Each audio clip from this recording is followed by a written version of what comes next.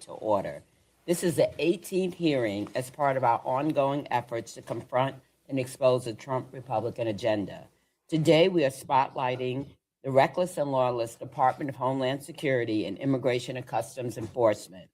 For months, Americans across the country have watched disturbing videos of immigration enforcement carried out with cruelty and a reckless disregard for human life. The killings of Renee Good and Alex Preddy, the abduction of Liam Ramos, and the military-style raid of a South Shore apartment building are extreme abuses of power. These are just a few examples and are not isolated incidents. They are the predictable result of an agency that has been allowed to operate without oversight or accountability. Today's hearing exists because Congress has a responsibility to rein in DHS and ICE. ICE has become an agency defined by excessive force, mass agents, warrantless actions, racial profiling, and roving patrols that spread fear throughout entire communities. ICE is out of control, and it must be reined in. That is why Democrats are fighting for comprehensive reforms at the Department of Homeland Security before any full-year funding moves forward. These reforms include mandatory body cameras, a requirement for judicial warrants, independent criminal and civil investigations, explicit prohibitions on excessive force, and a clear ban on the detention or deportation of U.S. citizens. They include banning masks and requiring officers to identify themselves. If ICE agents are so proud of what they're doing, they shouldn't be able to hide behind a mask. Additionally, we must end racial profiling, stop their lawless roving patrols, and protect sensitive locations like schools, hospitals, houses of worship, and polling places. Lastly, accountability requires leadership change. Secretary Kristi Noem must go. This is why I have introduced articles of impeachment that is supported by over 185 Democrats. Funding for DHS expires on Friday. Instead of working with Democrats to impose basic guardrails and protect civil liberties, Republicans are willing to risk shutdown with critical agencies like FEMA, TSA, and the Coast Guard to shield ICE from oversight.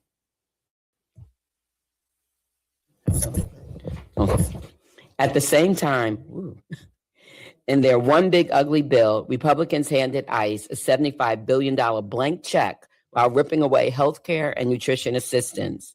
They've done nothing to lower the skyrocketing costs of living for families while doing everything to terrorize our communities. Today, we will hear from some great witnesses who are playing key parts in the resistance against ICE, and we want to thank you all very much for being here. Mendota Heights Police Chief Kelly McCarthy, who is on the front lines protecting Americans from mass ICE agents. Reverend Anthony Galloway, pastor at Wayman AME Church in Minneapolis, who is organizing clergy members to support the Minneapolis-St. Paul communities. Alejandro Barranco, a Marine veteran who began speaking out after his father was violently attacked by ICE agents. Nanya Gupta, policy director at the American Immigration Council, who is fighting to protect due process rights of immigration, and Antonio Romanucci from Chicago, a civil rights attorney representing the family of Renee Good. This hearing is about restoring the rule of law, protecting human dignity, and ensuring that federal agencies serve the public, not terrorizing it. Thank you all so much for being here. Thank you to our co-chair, Robin Kelly, and to the entire Steering and Policy Committee for this timely hearing, to my colleagues, and especially to our witnesses, not only for being here today, but for the leadership that you are showing the Minnesota community and the American people. We deeply appreciate your presence.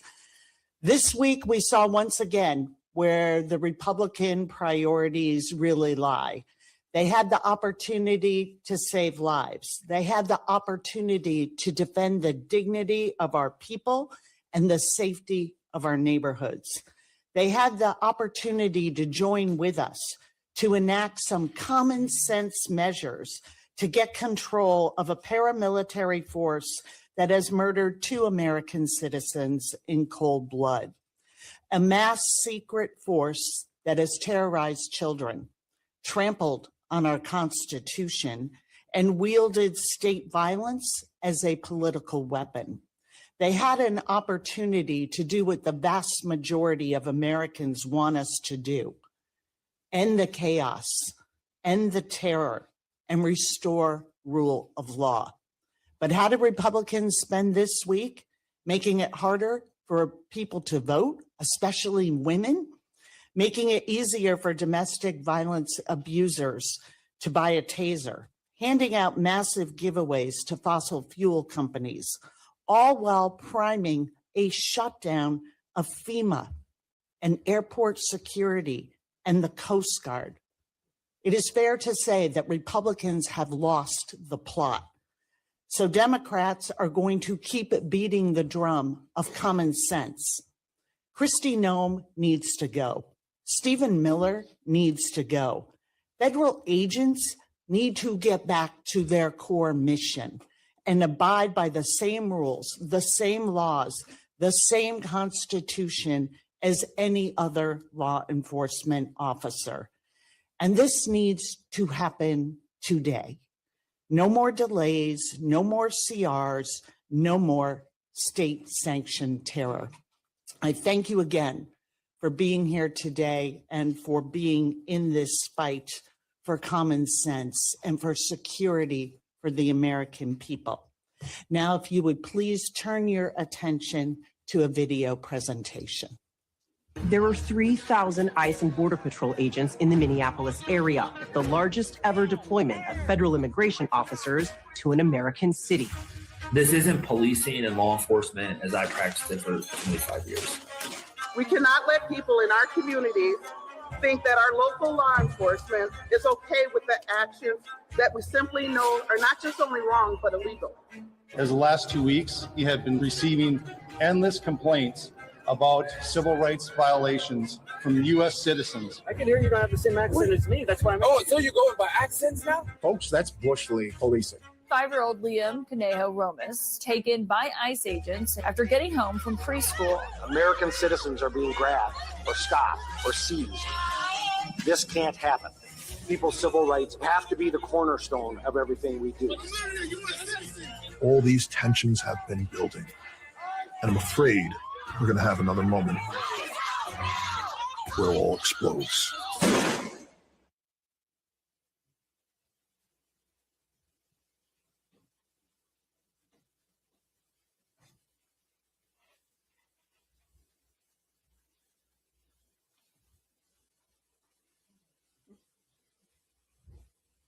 Good morning.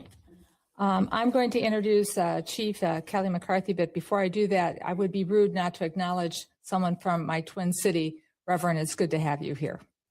The chief has led Mendota Heights Police Department in Minnesota since 2017. She's from Dakota County, where I'm from, so it's great to have you here. Chief McCarthy grew up and around in the neighborhood she now serves.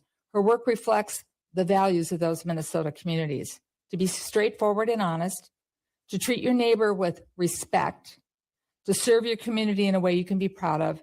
And when you make a mistake, you own it and you do better the next time. Those are the values that she led as chair of the Peace and Police Officer Standard and Training Board from 2019 to 2023. Under your leadership, and I thank you for that, the board was tasked by the Minnesota State Legislature to increase accountability for law enforcement in the wake of the murder of George Floyd. The board has established a model policy for use of force, creating a database to track officers' misconduct and comprehensively overhauling the standards and training uses. As chair, she emphasized that these actions were essential to earning back the public's trust. And you did just that. Our state and local law enforcement has worked hard to rebuild, and they have earned the public's trust once again. Now, ICE and Border Patrol agents in Minnesota do not live up to those values of our police departments and many law enforcement agencies across the nation. 10 weeks, our state has endured sustained, coordinated violation of our civil rights, and it's been done by our own federal government. Minnesotans are being racially profiled on a mass scale, unconstitutionally taken away from their homes, assaulted on our streets by federal agents, carrying military equipment typically used in war zones. 2 U.S. citizens, Renee Good and Alex Preddy, were shot and killed by federal agents with no transparent investigation taking place to hold anyone accountable and to have confidence in that investigation. And just yesterday, a speed chase involving an ICE car in my neighborhood, literally blocks from where I live, caused major panic, chaos, and almost life-threatening injuries. I'm awaiting St. Paul's report. That's the report I'll trust. The actions of ICE and border agents they're just endangering our neighborhoods. They're undermining the trust, as I said, that we've been working on for the past several years in Minnesota and police all over this country. I'm calling on the same standards that Minnesota has set for our local law enforcement to be applied to federal agents in our communities. I want to thank you, Chief, for your principled leadership in healing our communities and being here today. And I know the chiefs of police that have spoken out, as well as other law enforcement in Minnesota, have been the target of attacks and ridicule. But we stand strong, Minnesota strong. Thank you for being here. Thank you, ma'am. Thank you, Leader Jeffries, and participants and all the attendees for allowing me to participate in this discussion. Well, I believe that we should keep the members of our community who have been personally negatively impacted by Operation Metro Surge and ICE activities across the country at the center of our conversation and efforts. I have been asked here today to share my perspective regarding the activities of ICE expedited removal teams and their impacts on local public safety. Trust is essential to policing. Since the murder of George Floyd, law enforcement agencies across Minnesota have worked relentlessly to rebuild trust and accountability, increase professionalism, and standardize best practices. Our officers have invested countless hours building relationships, engaging with residents, and demonstrating a commitment to fair and respectful policing. In a matter of months, the actions and attitudes of some federal law enforcement personnel have undermined that progress. The use of masks, disrespectful language, excessive force, and constitutional violations that we see from some agents bears no resemblance to professional policing. ICE agents have not communicated with our agency when operating in our city. Oftentimes, our officers only learn of ICE activity when fielding questions regarding masked, armed men removing people from public places, leading to everyone being frustrated by a lack of information. In the past 3 weeks, Dakota County agencies have diverted resources from our core duties to deal with over 400 calls from the community regarding ICE activity. The calls range from reports of suspicious activity in abandoned vehicles to unsafe driving complaints and kidnapping. Myself and other officers watch anxiously as we see our neighboring police officers standing between frightened community members and armed federal personnel. We absorb public anger, fear, and confusion for actions that we did not initiate nor can we control.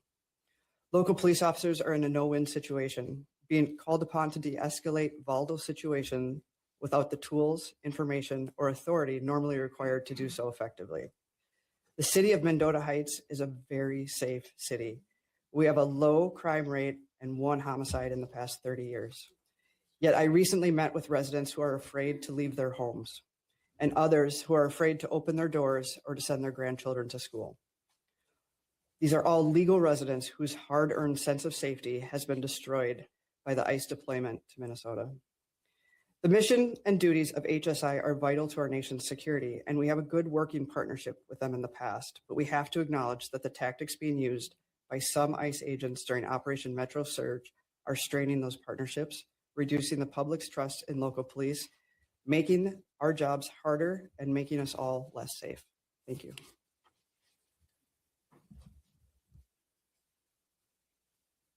Representative Espada. Thank you, Madam Chair.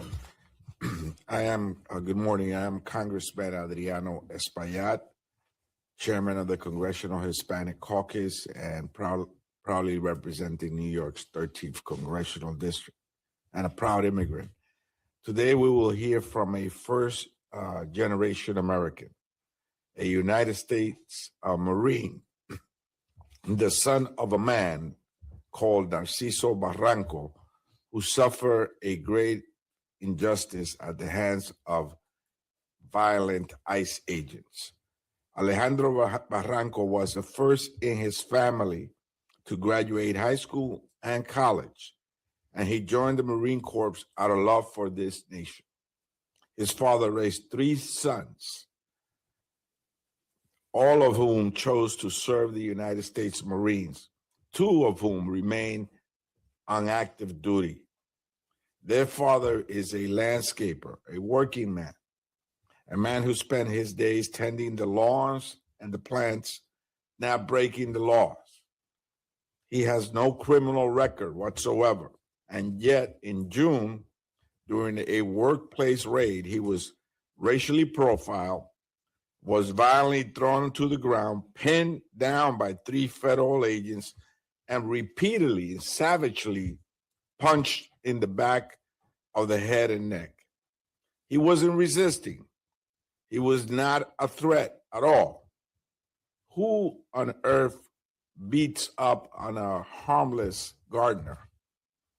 This was not law enforcement. This was a display of unchecked power. This is a grave injustice, and the American people deserve answers. Para la comunidad latina emigrante, quiero decirle que ustedes no están solos. Estamos con ustedes y vamos a tomar todas las medidas para prohibir los abusos perpetrados por ICE en contra de gente buena, de gente trabajadora, indefensa, que lo único que quieren hacer es proveer para su familia. With that, I would like to introduce to you the son of this U.S.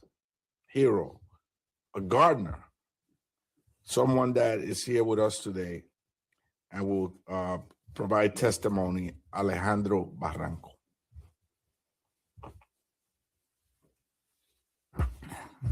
Thank you, members of Congress. My name is Alejandro Barranco. I am a proud United States Marine, and I am here today as a U.S. citizen to talk about what happened to my family and why it should concern every American. On June 21st, my father, Narciso Barranco, was violently attacked and detained while working a job he has held for more than 30 years in Orange County, California. Masked men in unmarked vehicles surrounded him. They did not identify themselves. They showed no warrant. Terrified, my father ran. He was chased, pepper sprayed, beaten, and thrown into the back of an unmarked car. My father is not a threat. He is a working man who spent decades doing everything this country asks of you. Work hard, keep your head down, provide for your family, and contribute to your community. Because of his sacrifices, I became the first in my family to graduate high school and attend college. Eventually, I enlisted in the Marine Corps to serve the country my father taught me to love and respect. I deployed to Kabul in 2021. Today, all 3 of my brothers and I have served or are serving in the United States Marine Corps. So let me be clear. What happened to my father did not just happen to an immigrant. It happened to the father of U.S. Marines, and it happened to an American family. After his arrest, my father was locked in detention with nearly 100 people, 1 toilet, no showers, no clean clothes. Later, at another facility, he went 14 hours without water in filthy conditions, and that made him sick. Meanwhile, our family lived in fear, scrambling to find answers, legal help, and basic information. Only after our story became public did we secure a lawyer and bring my father home on bond. Many families never get that chance. And when families are torn apart like this, the damage doesn't stop at the border. It spreads through American households, workplaces, and communities. An estimated 1 in 12 people in this country either lacks legal status or lives with someone who does. That means these policies don't affect just immigrants. They affect U.S. citizens, children, spouses, veterans, and service members. My father helped raise Marines. Others help raise teachers, nurses, and first responders. When enforcement becomes indiscriminate and violent, it doesn't make America stronger. It undermines the values we claim to defend. This system is broken, and until it changes, more American families will pay the price. Thank you. Thank you, Alejandro, for sharing your family's story and for your bravery. I'm proud to be here today with my House Democratic colleagues and our witnesses who are shining a light on the lawless actions of the Department of Homeland Security, ICE, and Kristi Noem. I want to thank co-chairs Bedegan, Wasserman Schultz, and Kelly for organizing this event, and Leader Jeffries for his leadership in making it happen. As you all know, we're dealing with an out-of-control administration, agency, and cabinet secretary. This year, the American public has seen how their neighbors, family members, and friends have been targeted, terrorized, assaulted, and killed at the hands of Trump's federal immigration agents. Our government should be doing everything we can to keep our communities safe, yet we have seen this administration time and time again do the opposite by terrorizing and brutalizing the American people. Recent polling has shown that 2/3 of the American people believe ICE has gone too far. But instead of listening to our own constituents, Republicans continue to double and triple down on their dangerous agenda. While Democrats are fighting back and demanding reforms at ICE and the removal of Kristi Noem. We won't rest until it happens. Today, I'm proud to introduce someone who understands the very real consequences of a reckless agency when there is no accountability. Antonio Ramanucci is a civil rights attorney representing Renee Nicole Good's family in their legal battle. Mr. Ramanucci previously represented George Floyd's family and successfully secured a record civil settlement from the city of Minneapolis and 4 of its police officers. It's encouraging to know that the Good family has someone like Mr. Ramanucci in their corner fighting for justice and transparency. Tony, thank you for being here. You're now recognized.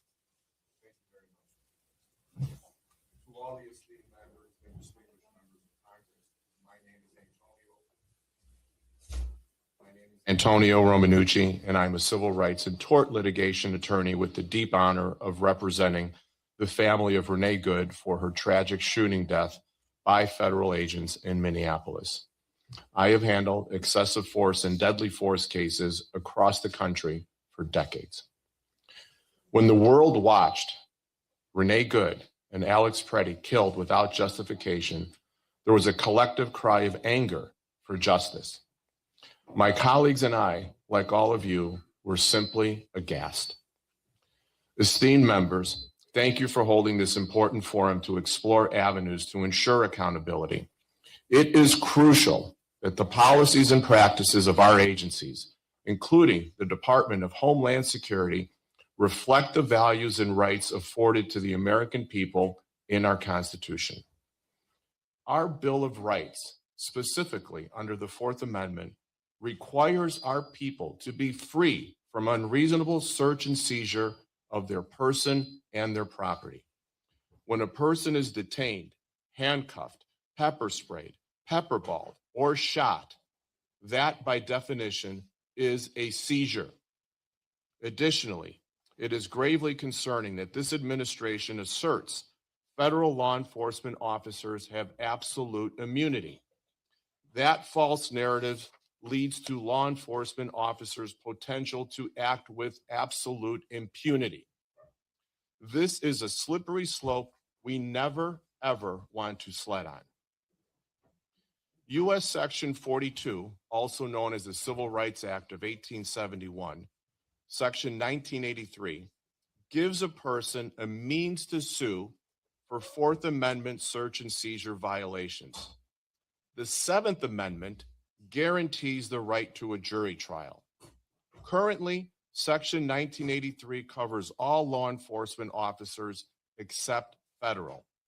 There should be a level playing field when a person has their constitutional rights violated by a federal, state, county, or local police officer. The law must be suitable, sensible, and equitable. Clients, friends, and people from all walks of life tell me they feel betrayed by their country and our Constitution when it becomes clear that there is not the same avenue to justice available when a federal officer causes harms or violates them or their loved ones. All people must have the Bill of Rights protecting them. Just like I said, the Fourth Amendment. and more specifically, the Seventh Amendment right to a jury trial, which is not available to all currently. My wherefore clause to you is for this panel is this. I urge you to support the longer term effort to amend the now archaic statute from the year 1871, 155 years old, to include the right to seek redress against federal law enforcement officers by adding the words, or the United States. That's it. To the list of government agencies that we may now seek remedies from. While this issue has been highlighted because of Renee Good's death involving the federal agent, the need for an amendment solves a significant gap in access to justice for all Americans. A jury trial is the ultimate bastion for truth, accountability, and justice, and that path is now blocked for some. The Seventh Amendment is a right. It is not an option. And the paradox, because I saw this video for the first time, ladies and gentlemen, is that the local police officers, the ones who support our civil rights, are also held accountable if they violate civil rights. The federal officers that we saw in that video, they are not held accountable. And that must change. On behalf of our clients, my colleagues, and the American people, this one simple change levels the playing field for all law enforcement officers. Thank you. Mr. Romanucci, for that powerful testimony. The abuses that you and others describe against citizens and law-abiding immigrants are inflicting terrible trauma on our communities, as well as entire neighborhoods where faith leaders, business owners, healthcare providers, and schools bear the brunt of this cruelty. That's because Trump's DHS is completely out of control. Americans are horrified by the senseless, brutal violence and tragic killings that we all saw in Minneapolis, and the dozens of deaths in detention centers across the country that we haven't seen. And this clearly isn't what my constituents in South Florida were promised. Trump lied to all of us when he pledged to focus on real violent criminals, the so-called worst of the worst. Instead, we get the killing of citizens, attacks on the First, Second, and Fourth Amendments, innocent families ripped apart, children snatched from their homes, and U.S. citizens unlawfully detained. All while Trump revokes the legal status of hardworking immigrants who followed the law without a whisper of legitimate due process and threatens to send them back to failed states like Haiti and Venezuela. Every dollar spent terrorizing TPS recipients, brutalizing Americans, or detaining children in internment camps is a dollar not spent on real criminals. And it's clear that the $150 billion in funding for ICE that Republicans stole from Medicare and Medicaid in the big ugly law is not being spent in line with the values Americans hold dear. That's exactly why we'll continue to fight for dramatic changes inside DHS before any funding bill passes. And once Democrats win the majority, we will seek a complete overhaul of these agencies and enforce accountability.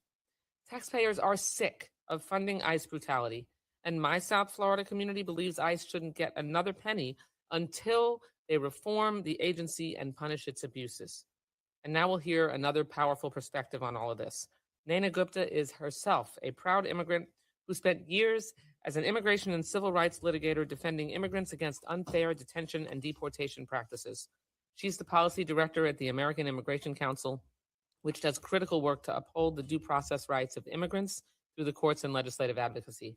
Naina, thank you for joining us today and for your efforts to protect our rights under the Constitution. I welcome you to give your opening statement. Congresswoman, and good morning, honorable members of the committee. While Americans watch masked officers pepper spray and shoot U.S. citizens and unidentified agents drag immigrant parents from cars, the Trump administration It's on.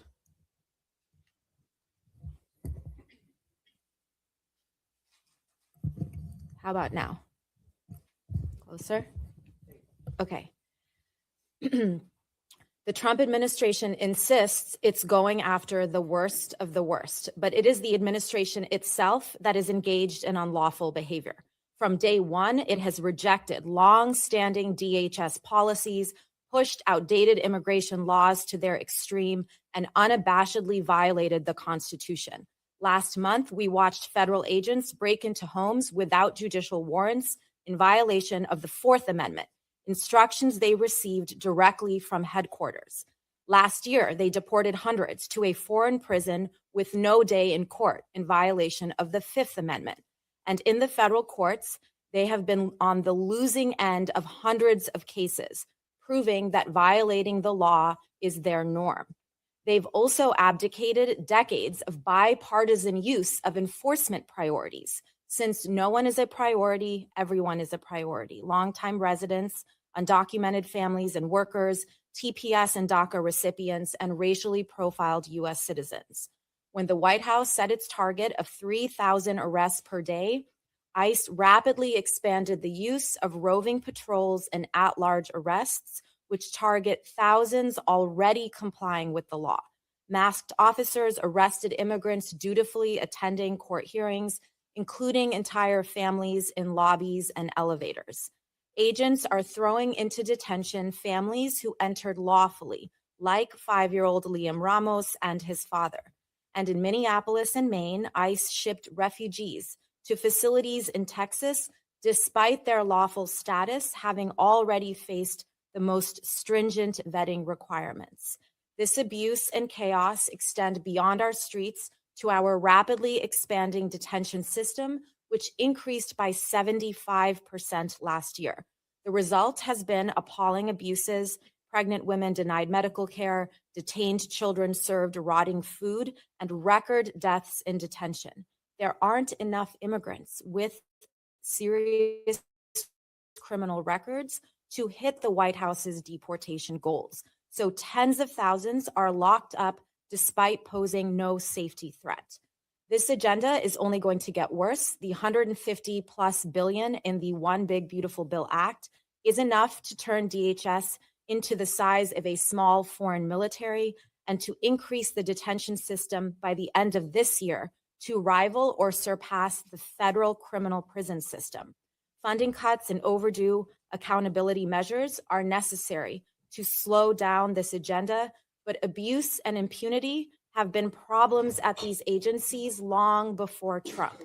We must reform the outdated laws that opened the door to this moment, that left millions of hardworking non-citizens vulnerable, and that left these agencies free to defy basic law enforcement standards, undermine our safety, and to easily violate the law. Thank you.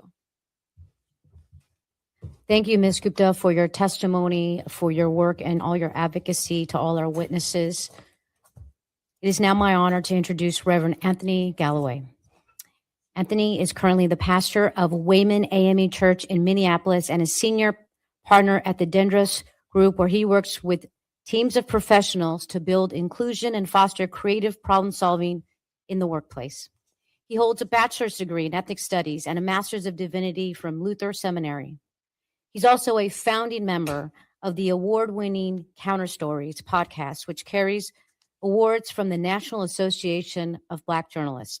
After the killings of his friend and classmate, Philando Castile, and later George Floyd, Reverend Galloway expanded his ministry into public witness, serving as a protest chaplain and co-launching the Bearing Witness radio program to document the lived experiences of communities of color under a period of national unrest.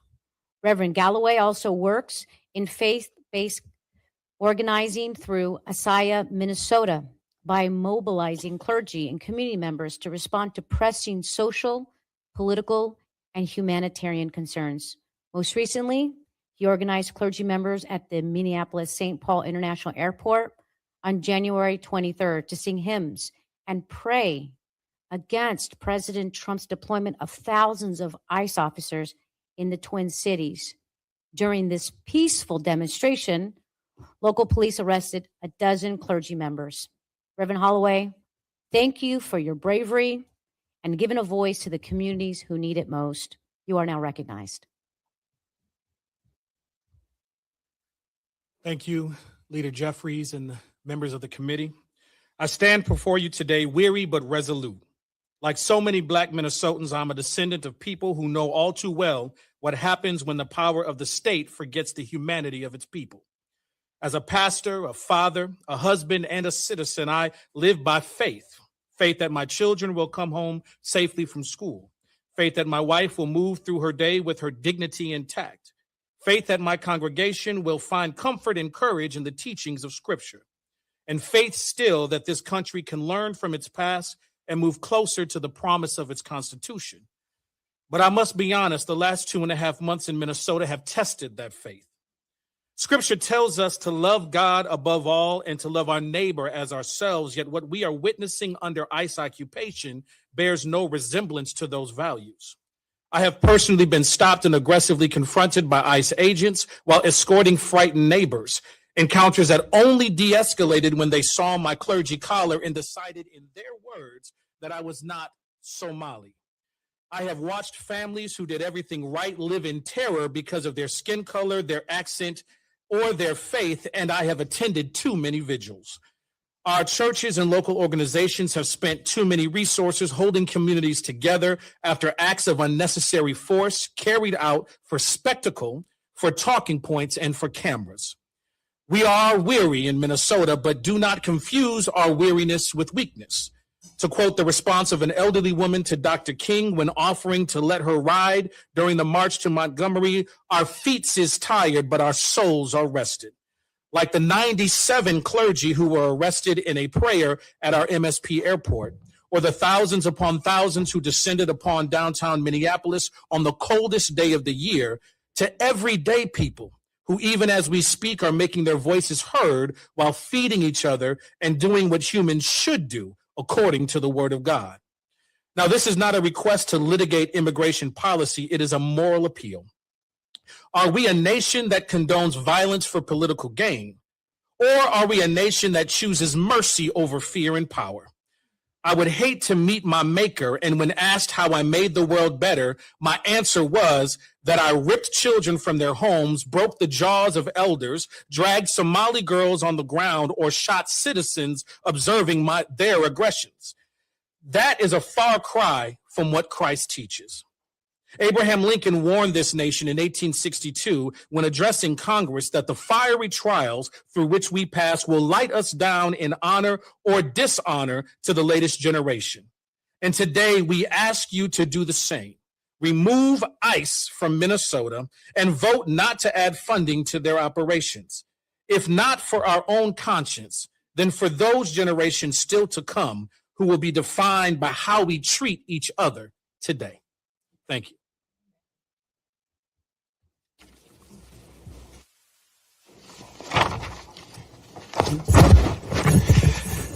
Well, thank you, Chief McCarthy, Reverend Galloway, Mr. Barranco, Ms. Gupta, and Mr. Romanucci for your presence here today, for your powerful testimony, and for your advocacy during this perilous moment in our country's journey.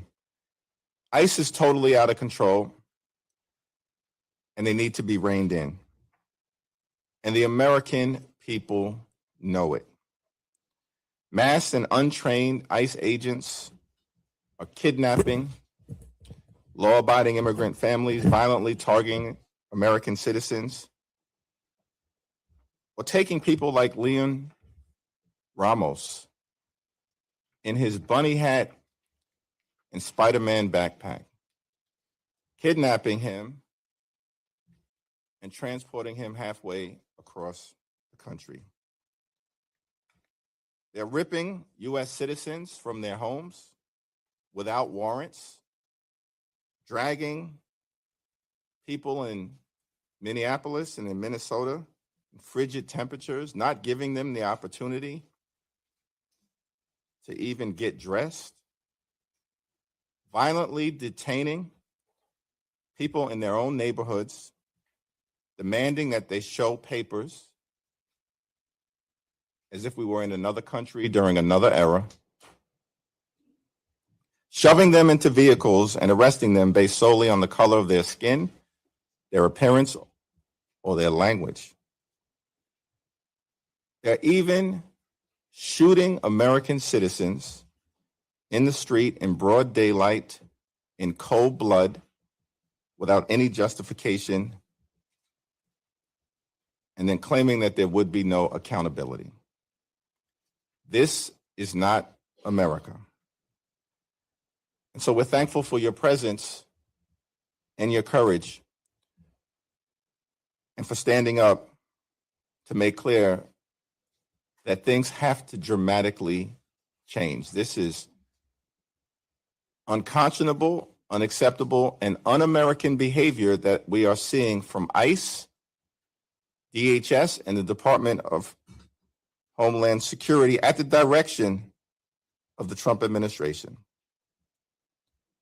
For those in ICE custody, we also know that 2025 was the deadliest year in more than 2 decades, with over 30 reported deaths. First 2 months of 2026, there have been at least 4 more deaths in ICE custody, including what clearly appears to be at least 1 homicide. And yet Kristi Noem and Republicans in Congress have done everything that they can to illegally obstruct oversight by this body and to shield the wrongdoers from accountability. Tragically, last month, Renee Nicole Good, a mother of 3, was murdered by an ICE agent in Minneapolis, shot 5 times without justification in her family vehicle that was filled with her young child's toys. Some of her last words, the so-called agent who killed her in cold blood, "I'm not mad at you, dude." She was there exercising her rights as a citizen and was killed as a result of it. She should be home with her family and loved ones right now. Alex Preddy was an ICU nurse at the VA, dedicated his life to serving those who dedicated theirs to this country in uniform. He was also a lawful gun owner with a permit. That's protected by the Second Amendment. And was there petitioning his government to do better and express himself. That's protected by the First Amendment. He was filming violent behavior by a group of so-called law enforcement agents and trying to come to the rescue of someone who was being brutalized by ICE and DHS agents. They tackled him to the ground and then shot him in cold blood 10 times. How did Donald Trump, Kristi Noem, Republicans, and the administration respond? They called law-abiding American citizens domestic terrorists. This is not America. This is not who we are. This is not our values. We know that immigration enforcement in this country should be fair, it should be just, and it should be humane. That is not what ICE is doing. It's not what the Trump administration is doing. They are not going after violent felons who are here unlawfully. They are brutalizing and killing American citizens and violently targeting law-abiding immigrant families who are contributing to this great country. The tactics are cruel, unacceptable, corrupt, and unconstitutional. Rubber stamp Republicans refuse to do a thing about it. But House Democrats are not going to be deterred. On behalf of the American people, we'll continue to show up and stand up and speak up for what is right. Taxpayer dollars should be used to make life more affordable for the American people, not brutalize or kill them. And that's why we know that ICE needs to be dramatically reformed, and absent meaningful, bold, and transformational change, the DHS funding bill cannot and will not be allowed to go forward. Thank you, and I yield back. Thank you, Mr. Leader. We'll go to member questions. Just want to check with my co-chairs first. Any questions? Ranking Member Benny Thompson from Homeland Security, you have the first question. Thank you very much, Madam Chair. Reverend Galloway, your comments must have had significant impact. Tom Holman just announced that his plans are to reduce Operation Metro Surge in Minneapolis. Thank you very much. But that doesn't erase the challenges that we confront. Chief McCarthy, I want to talk a little bit to you about your experiences as a 28-year law enforcement person. Can you share how the tactics you are seeing ICE and CBP in Minneapolis compares to the training you received as a law enforcement officer? Thank you so much for that question. So the tactics that we are seeing from some ICE agents bear no resemblance to how we as professional police officers are trained or how we are expected to carry out our duties. From the general demeanor to the widespread use of chemical agents on people just observing, just engaging in their constitutionally protected behavior. It is not something that we teach in Minnesota, nor is it something that would be accepted in Minnesota.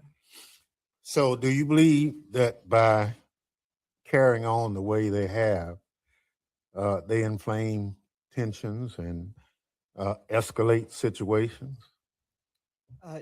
Yes, sir. And you have to acknowledge after the murder of Melissa and Mark Hortman by a police impersonator, tensions were already very high in regard to ununiformed law enforcement, to where many of us changed our tactics. Where I drive an unmarked car, I stopped making traffic stops in the wake of those murders. And so their tactics bring up a special kind of local and recent trauma. Well, thank you very much. And my last comment is you're here with a uniform on, you have a nameplate on, you don't wear a mask. That has been a real problem for many communities. Do you see ICE not identifying who they are, not wearing nameplates or ID or uniform, contributing to the problem? Yes, sir, I do. Thank you. Thank you, Rep. Thompson. Now we have Ranking Member Garcia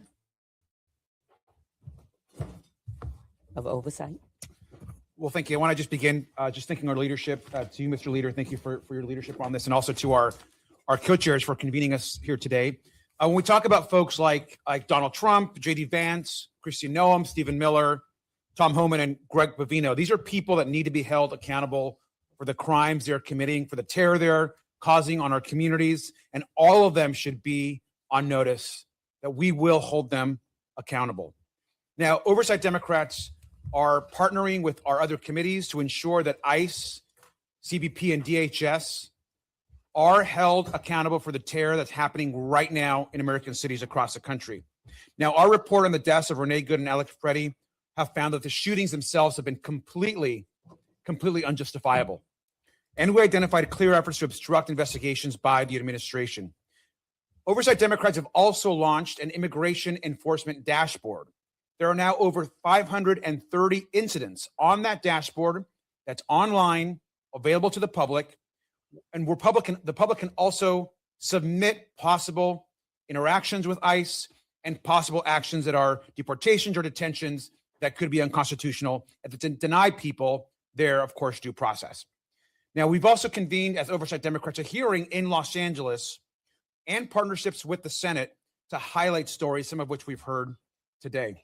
And I want to highlight one that we just discussed last week, and there's been more developments that have actually happened here just in the last few days. We heard testimony from an American citizen who was shot by a CBP officer, her own government, and who then smeared her as a domestic terrorist. Now, her name is Miramar Martinez. Her courage is an inspiration.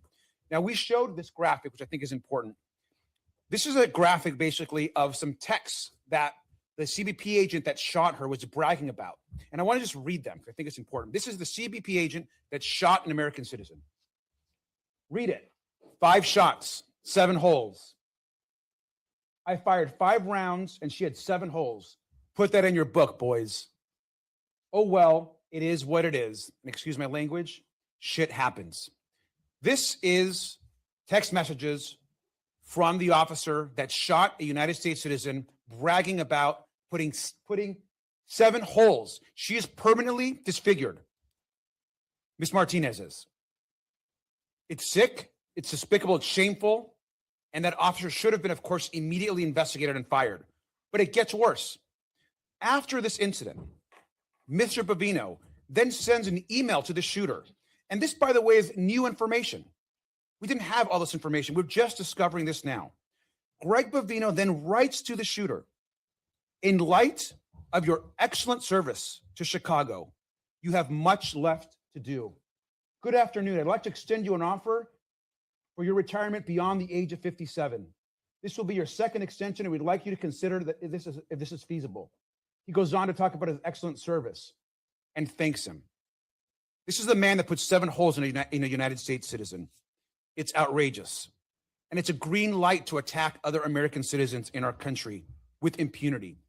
The evidence is clear.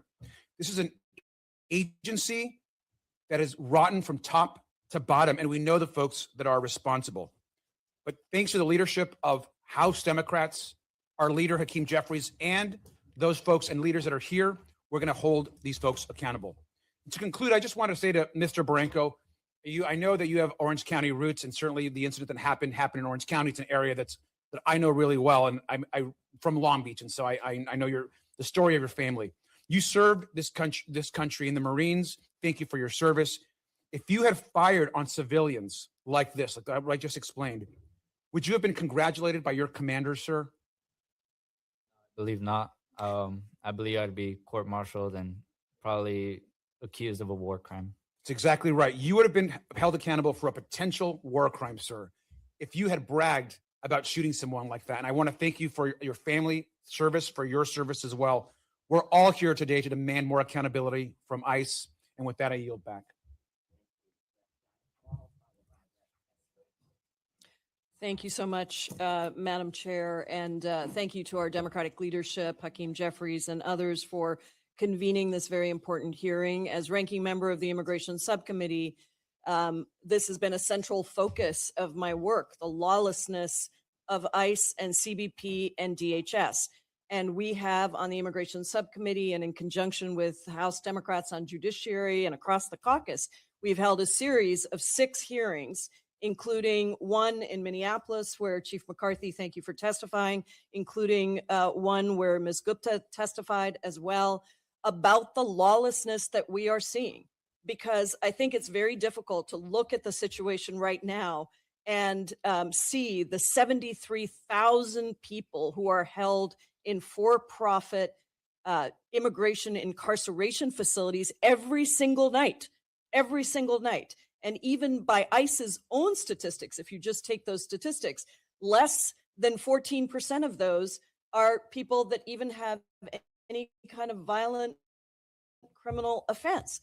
And so when you look at the violations that have been done, I think it becomes very clear that these are agencies that operate with absolutely no accountability, way too much funding, and a culture of lawlessness. And so, Mr. Barranco, I want to go to you because I think one of the things that is hardest to get at here is the impact on people. These are not just numbers, these are real people. You are a remarkable example as a Marine who served your country. And to see your father violated in this way, I want to know what the impact is on you as a human being, as a Marine who has served your country, and on others across the country who are watching this and feeling much of the same thing. It's definitely sad, and you get a sense of betrayal because people like myself and other who I've served with have this like picture of our government or doing like the good thing and enjoying our service, loving our country, loving our flag, and then we come home or maybe we're not home and these things are going on in our communities. It's not right, and it's not something that I would have ever thought I would have lived. I thank you for your service, sir. Ms. Gupta, I have to come to you because we're talking about essential reforms that we need to make right now. We're talking about judicial warrants, as Mr. Romanucci has talked about. There are a series of things that have to happen in order to rein in DHS, ICE, and CBP. I want to know your opinion on what some of those essential pieces are. Thank you, Congresswoman. So on the point about warrants, it's first important to reiterate that ICE and Border Patrol are entering homes without judicial warrants, which violates the Fourth Amendment. They are also abusing their authority to make arrests using administrative warrants. And it's critical that Americans understand that administrative warrants are pieces of paper written by ICE itself. The fox guarding the hen house is the way a judge put it. Exactly. These are not pieces of paper that are written by a judge, by a more neutral decision maker. And in a moment when ICE agents are facing pressure from the White House to make 3,000 arrests per day, and they themselves can write up a warrant supposedly claiming they have probable cause, it opens the door to the kind of abuse we're seeing now, which is roving patrols, at-large arrests, where warrants are being drafted up in the moment or even after. And so what that means going forward is that we need to think seriously about amending the Immigration and Nationality Act to require that warrants be issued by some form of a judge, some more neutral decision maker who 24 hours before an arrest determines whether there is in fact probable cause that a person is in violation of civil immigration law. That is so absolutely critical that we have a broad definition for judicial warrants being required. It is already the law that you need a judicial warrant to enter into somebody's home, but that is obviously being undermined. I thank you all so much for your testimony, and I yield back. And also, Rep. Espaillat, I went out of order. Rep. Espaillat. No, Rep. I have to call on Glenn Ivy. Oh. Mhm. Well, thank you, and I appreciate the opportunity to have a chance to catch up with you all today. I apologize for getting here late, but I want to thank Steering and Policy for putting this together. I want to thank Leader Jeffries for his outstanding leadership on this issue. I just saw, as I was waiting for my turn to come up, that Homan's announced that they're going to start withdrawing from Minnesota. And that maybe that's done to try and impact votes that are coming up. But the message I think we want to make sure we send is that that's not enough. You have to be held accountable for what you've done there. The individuals who've done this, whether it's in Minnesota or across the country, and Mr. Garcia pointed out the shocking statements that some of these guys are making. And I think it reflects a mentality that is really corrosive in the entire body, and part of why we either need to just abolish it or overhaul it, and why Ms. Noem needs to go. But at the end of the day, whether they leave Minnesota or not, they can run, but they can't hide. They're going to be held accountable for what they've done, and we need to make sure that that happens. One of the things that we did, I put a letter together, 57 colleagues joined it, demanding that the administration turn over the evidence in these shootings, not just the two most prominent ones, but in all of these cases, there need to be investigations. And because it's clear the federal government's made Department of Justice and the Trump administration and Department of Homeland Security essentially announced from the beginning that they were just fine with what these guys were doing, we need to make sure that it goes to the state prosecutors and the state investigators so that they can do the work.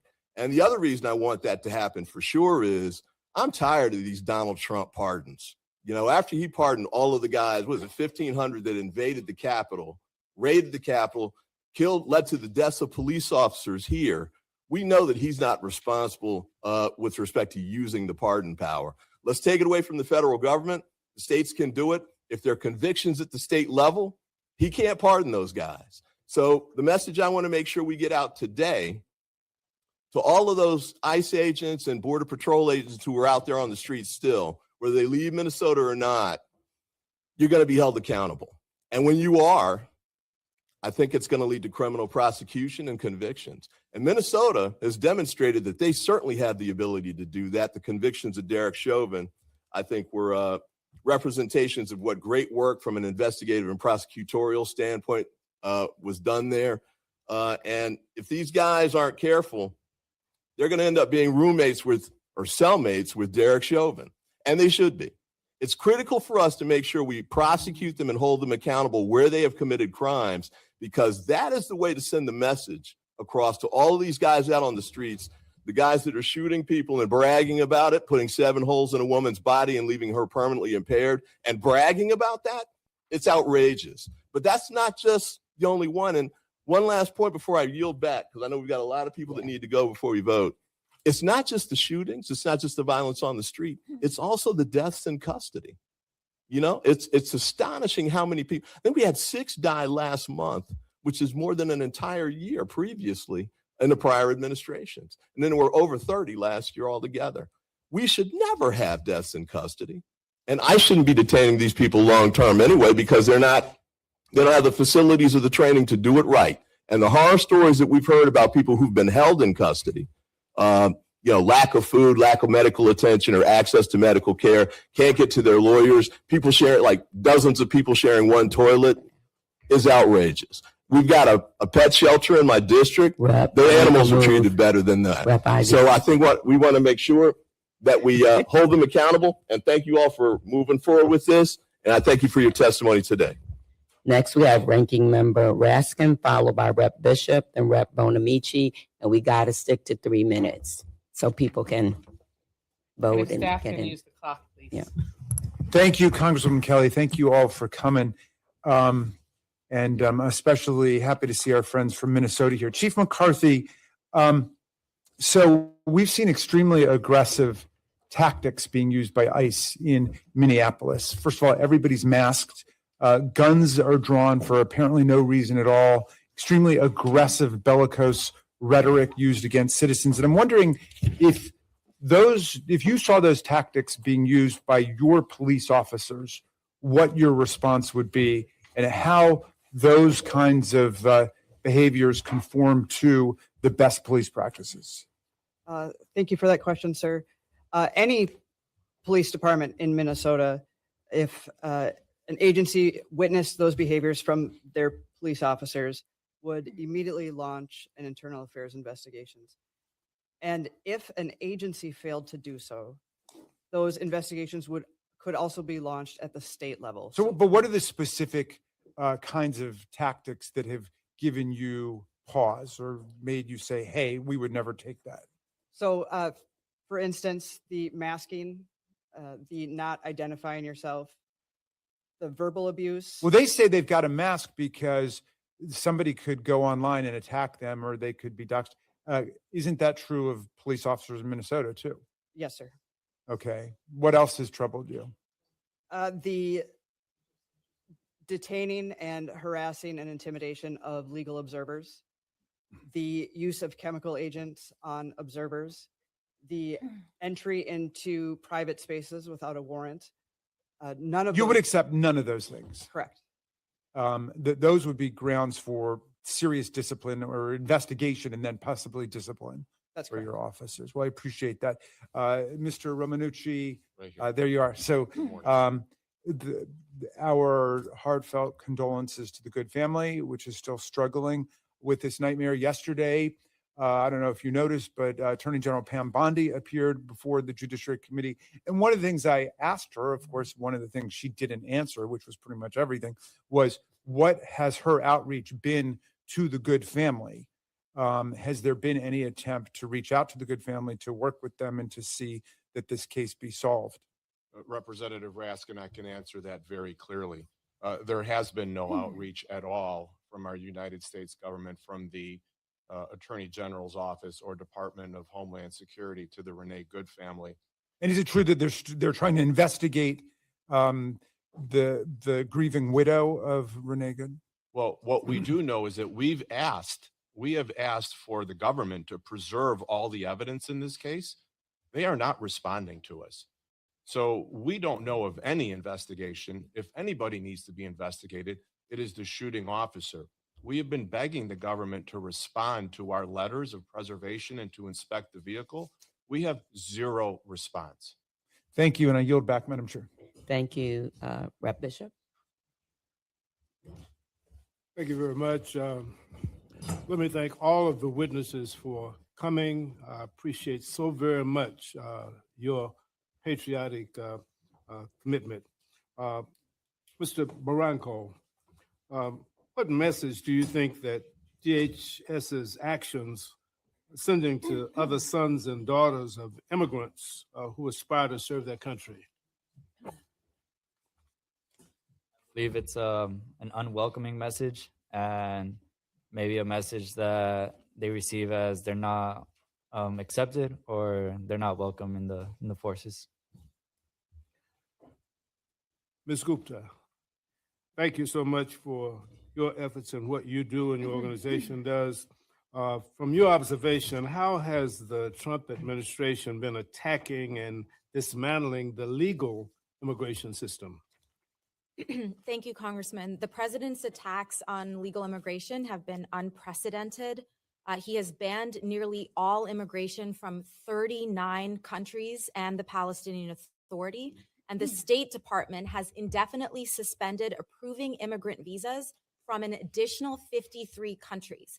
According to the Cato Institute, roughly half of all legal immigration at this point has been banned or suspended, including nearly 90% of African immigrant visa applications.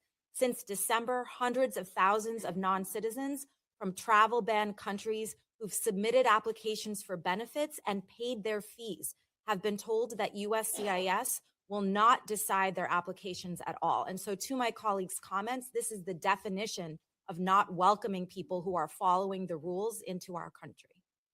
Thank you. And Mr. Ramanucci, how does the Good case compare with other law enforcement shootings that you've worked on in terms of legal challenges and accountability? All of the shootings that I've dealt with, the deadly force cases throughout the country, they're all tragic. However, this one does raise particular challenges because we do not have a clear path in suing the shooting officer directly. We have the ability to file a claim against the federal government under the FTCA, but we cannot hold the officer accountable.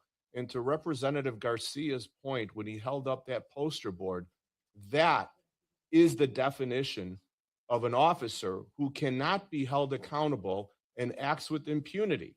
That is literally the poster child for what we saw. So that challenge in and of itself it leads to all of these constitutional violations day in and day out. So we have challenges, but we need to overcome them. Thank you very much. My time has expired, but I want to thank all of you for your courage in coming forward. Thank you. Thank you. We have Rep. Bonamici, followed by Rep. Scott and Rep. Carter. Thank you to Steering and Policy Committee, but thank you to all of you for being here. This is an incredibly difficult time, and I'm grateful that you took the time to be here. I'm going to get straight to the point. ICE is not making us any safer.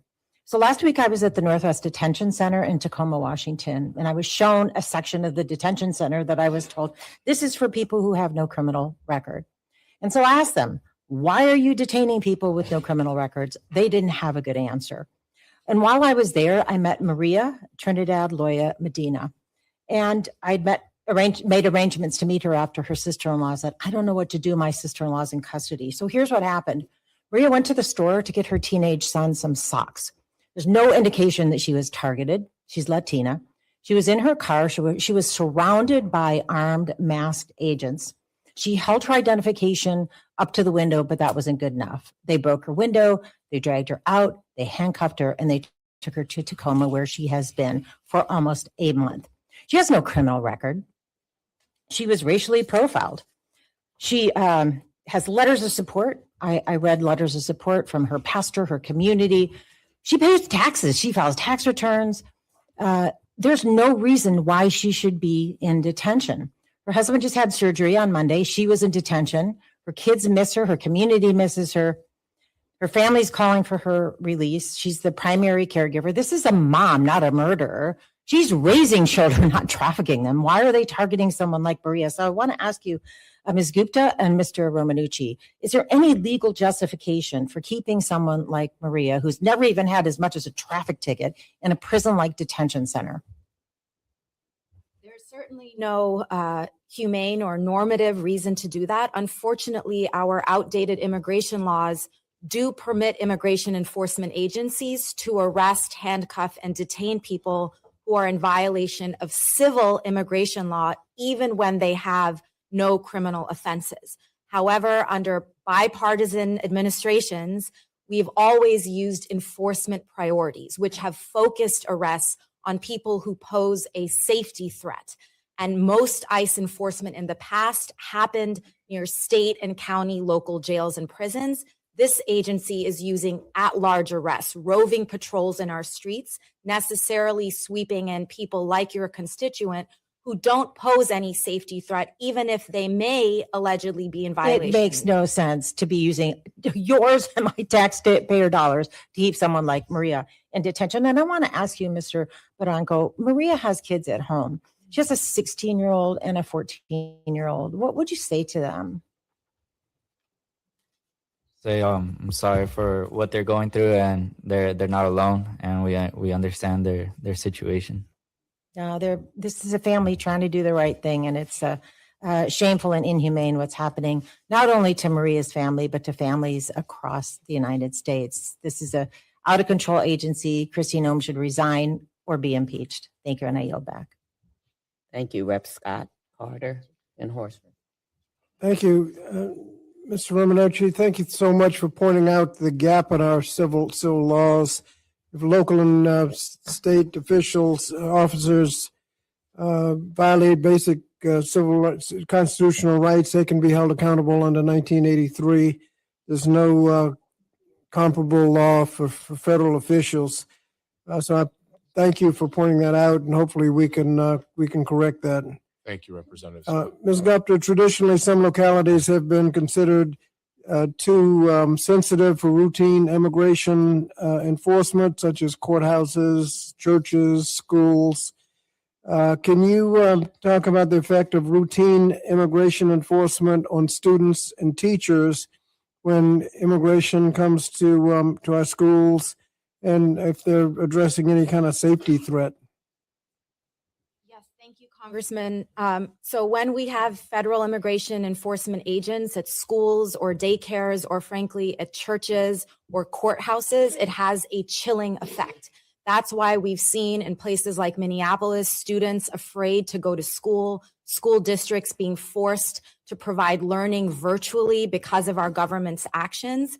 And in the past, the agencies have had internal policies that prevent immigration enforcement in these sensitive locations, primarily to avoid those kinds of harms to young people and our students who are there to learn. This administration has abdicated those policies. And so now it is incumbent upon Congress to use the appropriations process and our legislative process to codify restrictions on enforcing immigration laws in sensitive locations, including schools and daycares.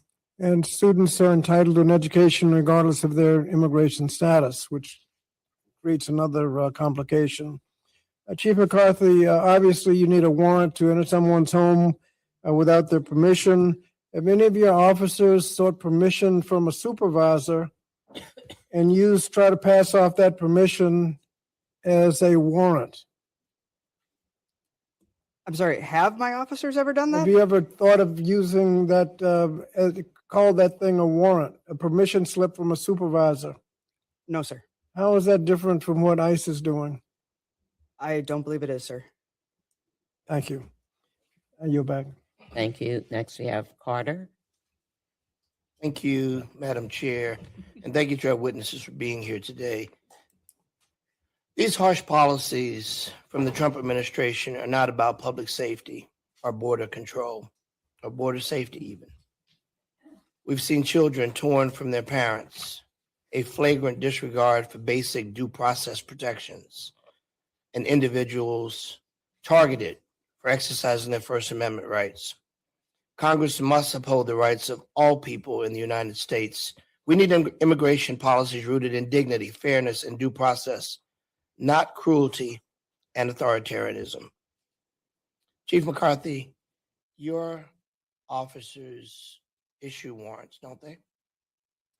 Our officers do not issue. warrants. Issue arrests. I'm sorry. Go after after individuals who are wanted for a crime.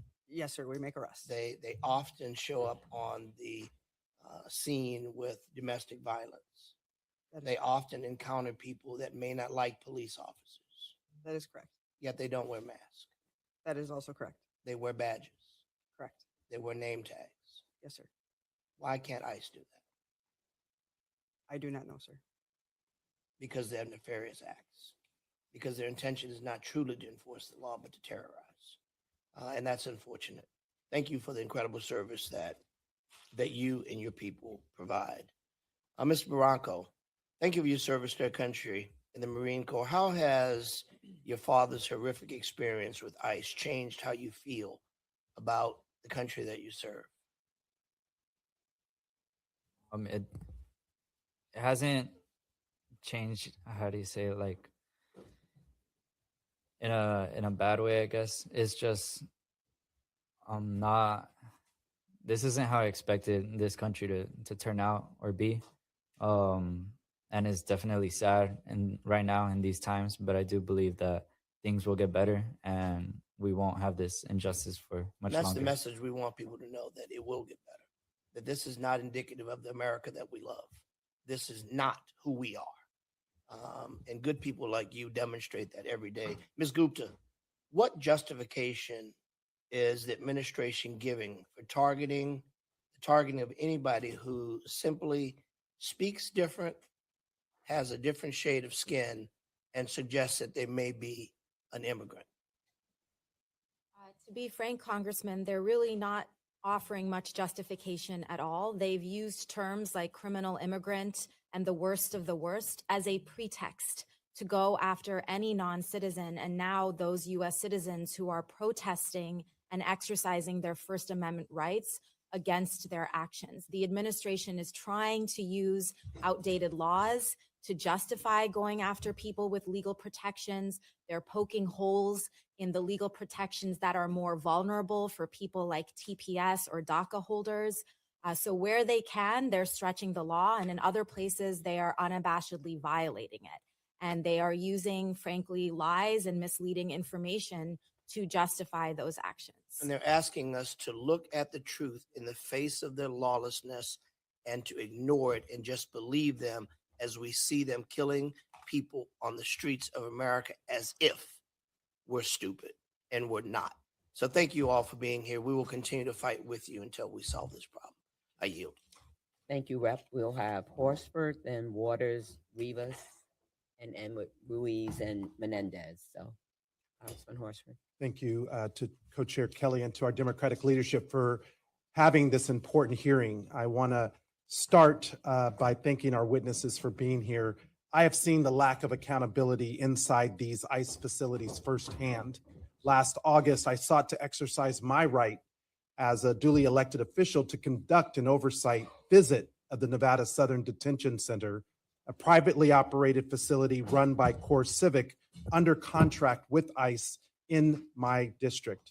Despite providing ample notice and clearly identifying myself and my staff, we were denied entry, labeled security risks, and had local law enforcement called on us. That's not transparency. It's not accountability. It's obstruction and abuse of authority. 3 weeks later, when I was finally allowed inside, what detainees shared with me was deeply troubling.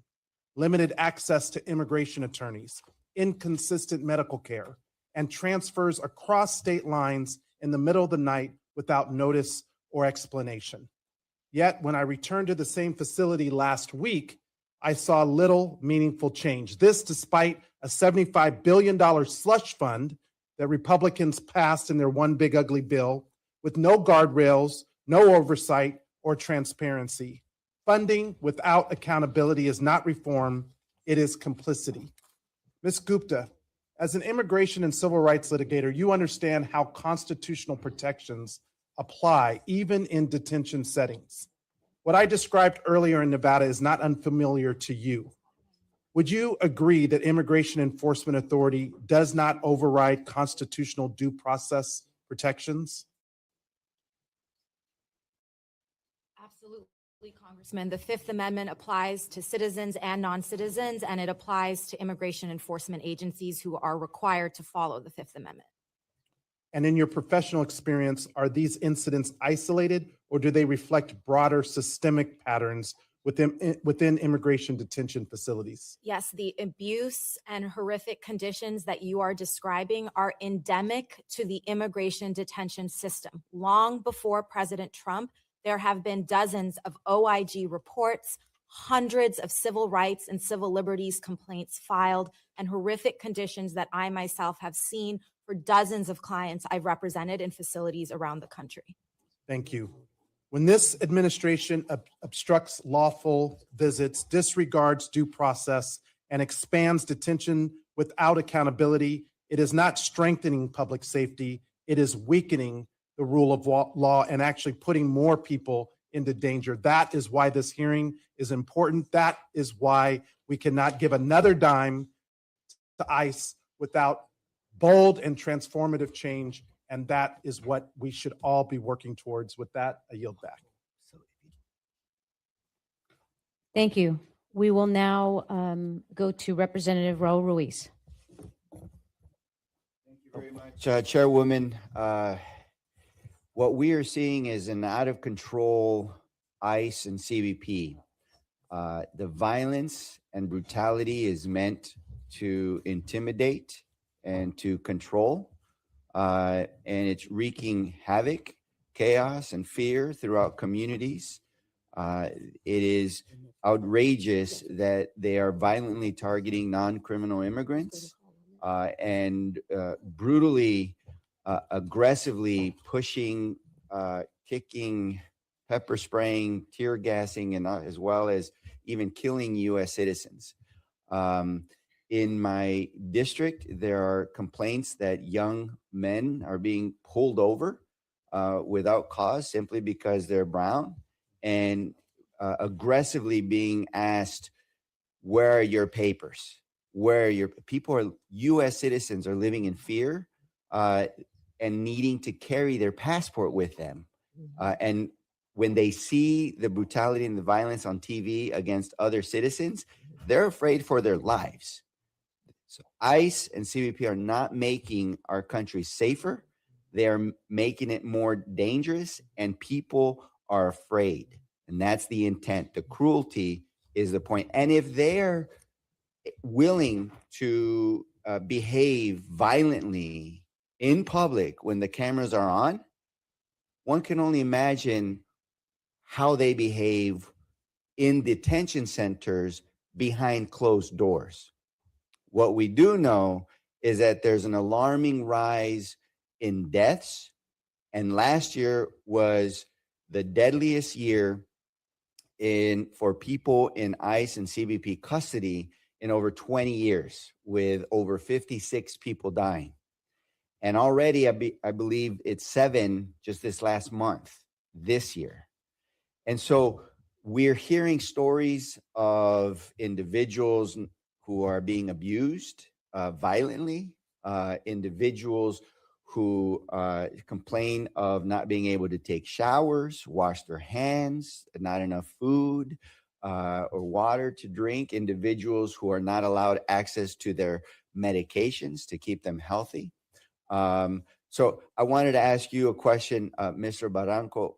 Your father was detained? And what did he describe his conditions inside detention to be?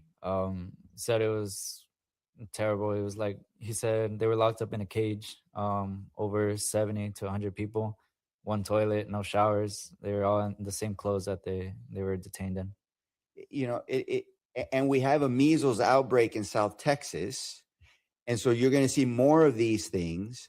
And so that's why, you know, I've introduced the humanitarian standards for individuals in ICE and CBP Custody Act to prevent deaths and to protect human dignity. Thank you. Thank you, Representative Ruiz. We have Representative Maxine Waters. Thank you very much. Let me just thank the panel for being here today to not only help us to understand what we must be committed to. We must be committed to making sure that this country that supposedly has a constitution that protects us all lives up to the Constitution and not have it thrown out of the window, spit on, stepped on by the President of the United States, who is at the top of all of this. He is the one that is empowering ICE to do what they're doing. I have a district that is majority Latino. We're under attack. ICE is at all of our big box stores. It is at the schools, intimidating the parents and separating the children from the parents. It is going to people's homes, trying to get in illegally. And I want to tell you that this is more than simply police officers. These, I believe, are domestic terrorists in the same way that they attacked the Capitol of the United States of America. These are the kind of tactics that are being used. It is absolutely heartbreaking to watch these cowards throw someone to the ground, step on them, knee them, and several of them join in. I mean, 6, 7, 8, 10 on one person, kneeing them in the face, stomping them, et cetera, et cetera. And so this is something that we've got to deal with, and deal with in ways maybe we haven't dealt with things before. Now, I trust Hakeem Jeffries. I trust our leadership, and they're going to negotiate. They're going to do the best job that they can. You heard them talk about accountability. They mean that. And so I'm going to work very closely with them, but I'm going to be on the street also. I'm not just a legislator. I'm not just an organizer.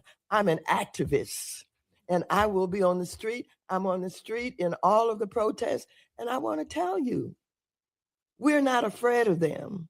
The last protest that I was at downtown Los Angeles, they turned the tear gas on us, but we had a woman with a blower, and we had fans, and we just blow the tear gas away and keep coming and keep going. And that's what it's going to take. It's going to take all of us confronting this issue. And you can see signs of success based on watching what happened in Minneapolis. Terrible murder that took place of Alex and Miss Good. And I want to tell you, Trump blinked. He blinked when he pulled out the border security that they had there. We've got to stay on the street while the negotiations are going on. And we have a minister here today, and I don't know if you understand Black ministers. Reverend Anthony Galloway talked about a combination of fight and prayer. Now, I'm going to ask him to lay hands on. Now, they don't know what I'm talking about when I say hands on, but you know, I got a lot of radicalism in me. And you perhaps, lay a few hands on me, because I want to tell you, our children are not going to school. Our parents are not able to go to work. They can't go shopping and buy food. And with the kids not going to school, we lose money because the money is allocated based on daily attendance. That means all of the students are being jeopardized by what is happening with ICE in our communities. And so we've got to be dedicated to the proposition that no matter what this president tries to do, and we know he doesn't care about the Constitution. We know that Steve Bannon told him to use racism as a way by which to win. And we know that the president of the United States said we ought to get rid of the Constitution. So we know what we're dealing with. So this is not about being nice. This is not being easy. This is tough fighting, and we've got to do that. So, Reverend Anthony Galloway, you know, you need to lay hands on, because I'm up in arms, okay? Tell them what you mean by laying hands on. In addition to prayer, covering all of these things in prayer, I think one of the things that we don't talk about is the organizing that's happening on the ground amongst multiple coalitions that are attending to these folks. When these students are not in school, they're at our churches. We have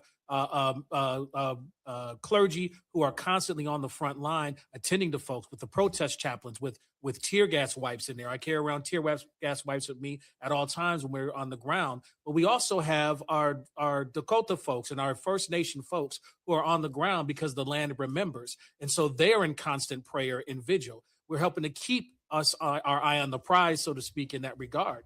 But then the last thing I want to also share with what you have mentioned here is that when these folks are going around in these so-called spaces that are supposed to be sensitive and protected spaces, what we're not talking about is how ICE is doing slow rolls. Now, if anybody who comes and knows what in gang areas, that the slow rolls are to intimidate folks to get scared outside. So they, when we had a protest at the Whipple building, the site of one of the concentration camps for Dakota peoples in the state of Minnesota, when the clergy began to walk out, they had a riot line in place. But when the Minnesota National Guard, who was there to help protect us, and we walked up and they saw the stoles, they saw the clergy collars, they hurried up and pulled the riot line back because they did not want that visual sight to come in there. So we're not just talking about the direct violations, we're talking about the methods for intimidation that clergy is in position to try to help call out. We're daring them in the protests at the MSP. We're daring them to kind of show us who they are.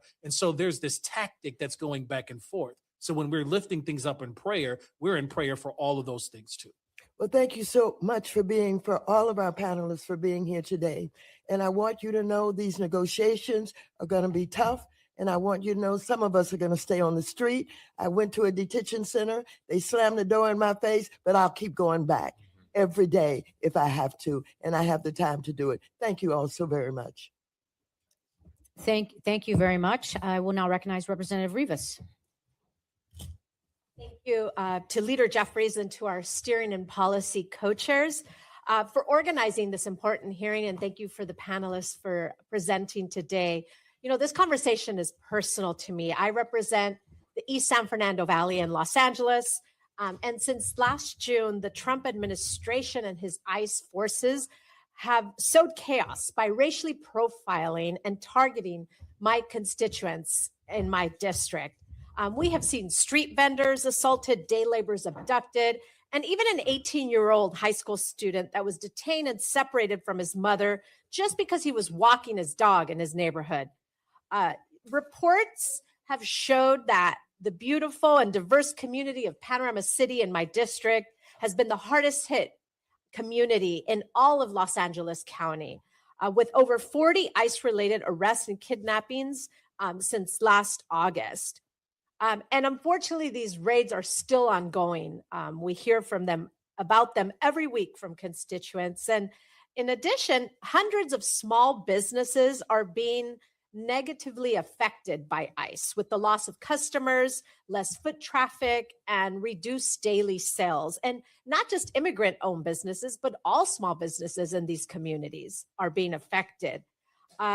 These reports also state that what we already know and feel about communities like Panorama City in my district, the Trump administration and ICE tactics are destroying small local businesses, families, and the social fabric of our communities. I've heard from health clinics about missed appointments, schools and places of worship that are seeing declines in attendance. Unfortunately, this is not just happening in Los Angeles. This is lots of cities where ICE is intimidating and kidnapping people. I know that working together, we can push back against ICE and reunite families that have been torn apart and protect our communities. Reverend Galloway, have you seen a decline in attendance at your weekly services, or have you heard of other places of worship? And can you talk about the harmful effects that ICE has had on our communities? Yes, directly to not just my congregation, but we're hearing this from clergy all the way around that are seeing those declines. But I also want to call out the targeted nature of some of this intimidation. Trying to break the backs of some of the organizing coalitions. That decline in our congregations also leads to decline in some of the dollars that we amass to support the communities who can't go to work, who can't go out and get food, the businesses that are going to mutual aid work. We're here, one of the members of a tow company that's helping us to work together to address the cars that are left behind. And we also are starting to see predatory activities from tow companies who are waiting and following ICE around so that they can put these cars, reducing the amount of time you have to get your car before auction, trying to break the back of these organizing groups. And so we're seeing that happen directly in our area. Yeah, thank you for bringing up also the mutual aid organizations. I recently visited Minneapolis for a hearing. I know Chief McCarthy was there and I was very inspired by the communities in Minnesota that are working together, including places of worship. I'll continue to call for Secretary Noem's resignation, the need to dismantle ICE, and continue to hold this unhinged administration accountable for the terror that they're causing. Thank you, and I yield back. Thank you. And now we recognize Representative Menendez. Thank you. It's important that we're all here today. I appreciate all the panelists for being here and for all the work that you've done the last 13 months in these trying times. What we've said from the beginning of the Trump administration is that no one's safe in Trump's America. It's impacted California, New Jersey, Chicago, and most recently, Minnesota. And we've seen the harm firsthand to what's happening in all of our communities. And we know that the threat is real. And despite the administration announcing today that they're withdrawing from Minnesota, that the threat continues across the country. And second, that there's an immense amount of repair that we have to do in all of our communities that have been directly impacted by this administration. We also have to say every day how the Trump administration has lied about who they are going after in our communities and what they are trying to achieve. Ms. Gupta, can you talk about ICE's own data in terms of who is being detained across the country and whether they have criminal records and what those criminal records look like? Yes, thanks, Congressman. So in Trump's first 9 months in office, there was an over 2,000% increase in the number of people with no criminal record held in ICE detention on any given day. So nearly all of the detention system growth we've seen has been driven by arrests of people with no criminal record. Right now, there are fewer than 1 in 10 people with serious criminal offenses sitting in these facilities. And these are, again, facilities where the administration is denying people access to release, denying them access to court hearings to say, hey, I don't pose a safety threat, I shouldn't be in here. So the numbers speak for themselves. This is an agenda that is going explicitly after people who pose no safety threat at all. I want to build off that. There's two things that are happening simultaneously. One is the administration is trying to create the largest undocumented population by the lapsing of TPS, the reversal of parole status in the country. And they're also expanding their detention capability across the country. We're seeing it in New Jersey and Roxbury, where the community and the state is pushing back against it. But can you talk about those two things happening simultaneously and what that means for the future of enforcement in the country and what we can expect? Yes. So we went into this administration with approximately 11 to 13 million undocumented people in need of a way to get right with the law. This administration has indicated its intention to strip temporary protected status from 1 million people. They are actively taking away lawful protections that were given to people by the United States government so that they could work with authorization. These are folks who are following the rules, and that means they are actively adding to the number of people on any given day who are now at risk of arrest, detention, and deportation, rather than fixing or reforming our laws to offer these folks ways to get right with the law. And I'll just say, these are folks who are paying their taxes, who are contributing meaningfully to our communities, to their families. These are the folks that they're targeting by taking away status and then moving them into this enforcement machine. I appreciate it. Listen, we're going to stay vigilant. We know that doesn't end when Secretary Noem is removed. Stephen Miller continues to be a threat. The president continues to be a threat, and we'll continue to provide oversight here in Congress. Thank you all so much. Thank you. And I recognize Representative Omar. And thank you all for being here today and for sharing your testimony. For those of you who don't know me, I represent Minnesota's 5th Congressional District. Minneapolis is home. And you know, the pain of what we are experiencing is going to be everlasting. And I try to tell my colleagues, we are a community that has been through a lot of trauma, and the re-traumatization is something that is going to have an overwhelming impact for generations to come. Chief McCarthy, thank you so much for being here. I know that when you last testified in Minnesota, we chatted a little bit about the challenges that already existed with trust when it came to law enforcement with folks in Minnesota.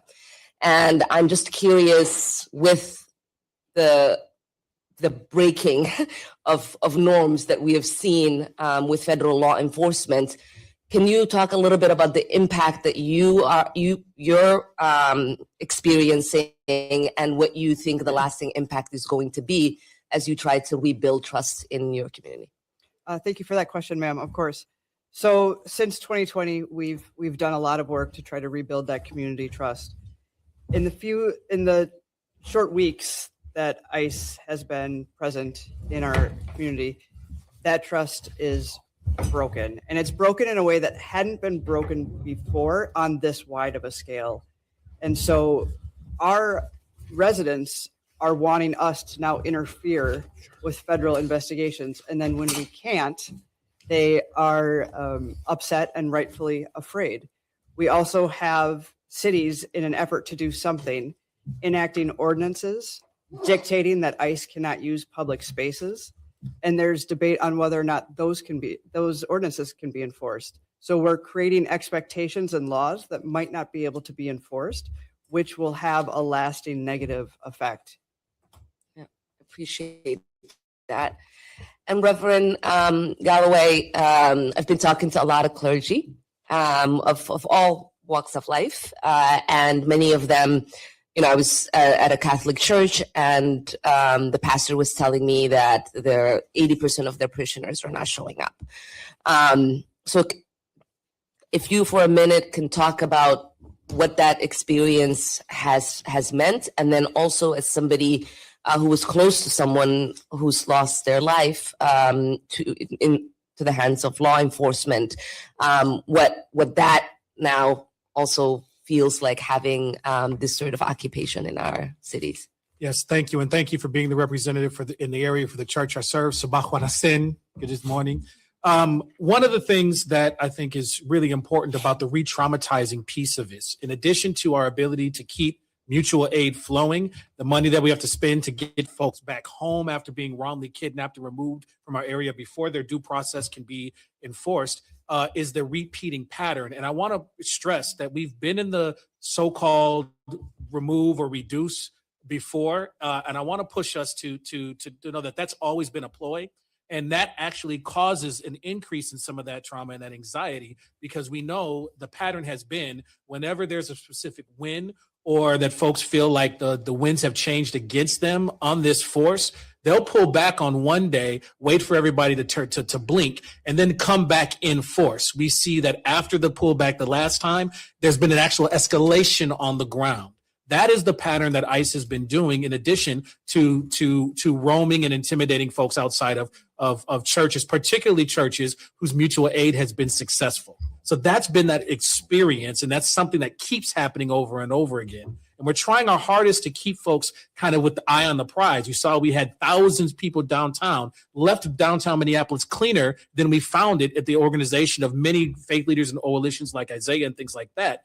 But then there's the rebut, there's the response to that always comes after. So even in that drawdown, I have texts right now of folks hunkering down because they feel like the backlash is going to be even higher every single time there's a supposed drawdown. Yeah, thank you so much. And Ms. Gupta, if the supposed idea of this immigration crackdown is supposed to be that we are going after, as they say, the worst of the worst, or people who are here undocumented or have orders of removal.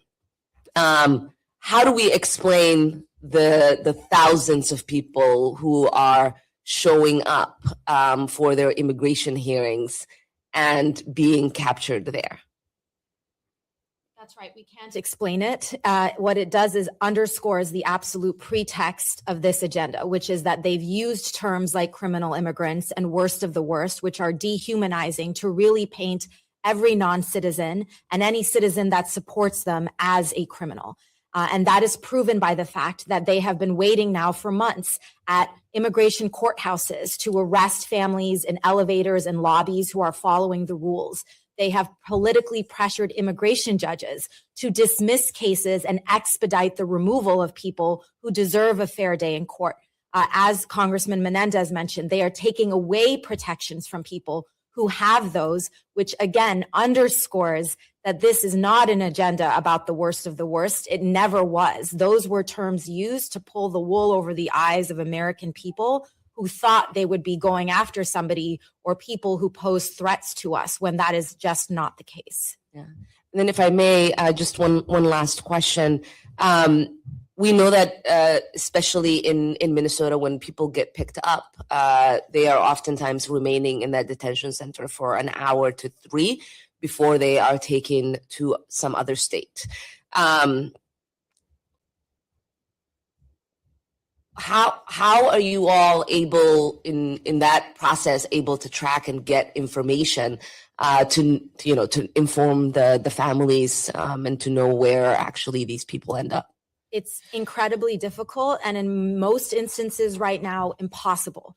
The agency is not using their online locator. These holding facilities, which you're describing, are not even formal detention facilities. People are disappearing into those facilities and then into the system. And so the only way we get access is when all of you make visits and push entry into these locations, when there are lawyers who are finally given access, who report out on what they see inside.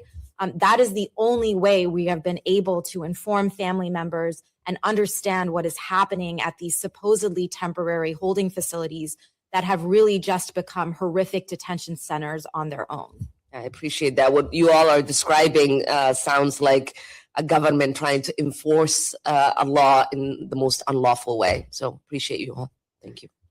Thank you. I will now recognize Representative Juan Vargas. Thank you very much. I want to thank the Democratic Steering. Is this one on? Is it? Yeah, great. I want to thank the Democratic Steering Policy Committee co-chairs and Democratic leadership for convening this important hearing. And I have to say that this administration is simply out of control, and ICE is out of control. I represent the San Diego area, the border area. And the things that we're seeing there now and the things that we're fearing are going to happen are really drastic and dramatic. And again, I want to thank all the people that are here. And it's interesting because watching what has happened in Minneapolis, you see the worst of the worst happen there. Again, the murdering of innocent people. But it's interesting, you also see the opposite also. You see the best of the best. I mean, I'm thinking of John 15:13, where Jesus says, no greater love than this, that someone lays down their life for a friend. And I see two individuals who saw their friend in people that didn't look like them, saw the community in people that didn't look like them, and they're willing to put their lives on the line. And unfortunately, their lives were asked to them when they died, protecting the friend, the neighbor, the community member. And again, it's been interesting for me to see that division. You have the worst of the worst, but you also have the best of the best.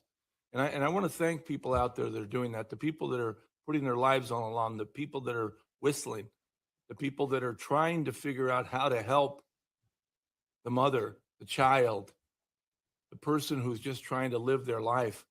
And I appreciate all of you. But Pastor, I got to ask you, where's the rest of the church? Where's the rest of the Christian community? I mean, you know, we see it a little bit in San Diego, honestly, we do, and I appreciate that, but where's the rest? I mean, where is the faith community here? This is where they should be standing up on their hind legs and what is going on here? I mean, some have, and you have, and I appreciate you here. And where's the rest of the church? Where's the rest of the believers? Well, I want to tell you that most of our parishioners are on the streets and on the ground. 97 of the clergy that were arrested at Minneapolis airport are only a small handful of the people who have been gathering around. We've been organizing mutual aid. We've been organizing people who are watching schools. There are pink and orange vests around schools on a daily basis, making sure that all that happens. All of these are parishioners and our members. But we've also, quite frankly, had to put ourselves in front of folks. Many of us escort people who we know are going to be targeted around just because we know they give a little bit of pause, except for one of our colleagues was put into an ICE van and told, if asked repeatedly, is he scared yet? Are you scared yet? During this occupation. So we are out here. But I think one of the important pieces is there's a using of a certain type of interpretation of the Bible that removes all the things that Jesus said and adds all the things that they want to make it say in order to perpetuate this stuff. And many of those folks, thankfully, because of the grace of God, are starting to find new churches. Well, I have to say that in San Diego, we also have, you know, wonderful pastors like yourself, wonderful parishioners. In fact, they accompany people to the courthouse. They accompany people to school. They're taking other people's children to school. They're doing all those things. But then you have, I hate to say it, but almost the worst of the worst too, in the sense of the church, that are not doing anything, or just the opposite, or complicit in this horrible thing that's happening. And those are the ones I was asking more about, Pastor. Where are they? I mean, to me, it really is shameful. It's a shameful moment, you know, for those of us that believe in God. You know, those of us that believe in a God of love, those of us that believe that, you know, he is with, you know, the least among us. It's shameful. It's a shameful moment. But I want to appreciate all of you guys. And I do want to ask, I said, you know, one of the best of the best, Renee Nicole Good. I mean, honestly, she put her life down, you know, for others, for her friends, for her community. And I know you're representing it. How can we hold these federal agents accountable? How can we hold the federal government accountable here? Well, you have to really start with looking at the legislation. As I said, the Civil Rights Act, which was enacted in 1871, it's 155 years old now. We need to make it so that our people can sue federal law enforcement officers on the same equal footing as any other agency. Chief McCarthy has to hold her officers accountable for any civil rights violations. Federal law enforcement officers are not held accountable for civil rights violations right now. And that's what causes them to act in the way that we saw on this video, over and over, consistently, repeatedly, violating people's constitutional rights. And then you have our Deputy Attorney General saying, we're not going to investigate. The lack of an investigation creates a lack of facts. It creates no impetus at all for a criminal investigation, let alone a civil one. And it creates hurdles that we can't overcome sometimes. And I agree with you. And I know that a number of us are working on that and hope that we're going to be able to get a vote on that, because I think that is essential. Thank you. I mean, it is incredible that we can't hold people accountable in our own country when you see these sorts of things that really 10 years ago, I never would have thought that we were going to see what we're seeing today. It really is almost unimaginable. And I appreciate all that you've been doing and others. Also want to thank you for your service. Let's go! Let's go, Flav. Hey!